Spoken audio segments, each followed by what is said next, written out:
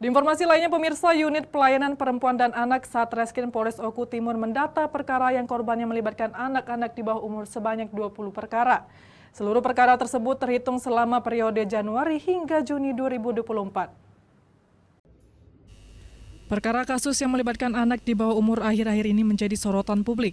Tak sedikit warganet yang mengecam perbuatan dari para pelaku tindak kejahatan terhadap anak-anak tersebut. Tidak terkecuali di Kabupaten Oku Timur, para pelaku tindak kejahatan terhadap anak kian marak. Menurut data yang berhasil dihimpun dari unit pelayanan perempuan dan anak Satreskrim Polres Oku Timur, sebanyak 20 kasus yang korbannya merupakan anak-anak yang notabene-nya masih di bawah umur. Dari ke-20 kasus tersebut, antara lain perkara pencabulan terhadap anak ada sebanyak 7 kasus. Perkara menyetubui anak di bawah umur 10 kasus dan 3 kasus lainnya yaitu kekerasan terhadap anak.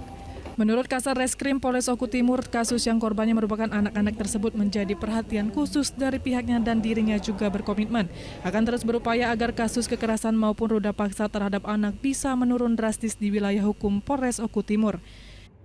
Untuk menghindari supaya tidak terjadi lagi tindak pidana terhadap anak-anak ini, jadi kita Satuan Reskrim khususnya unit PPA ini telah beberapa kali melaksanakan kerjasama dan sosialisasi. Ya, sosialisasi atau kerjasama itu dengan Dinas Pemberdayaan dan Perlindungan Anak.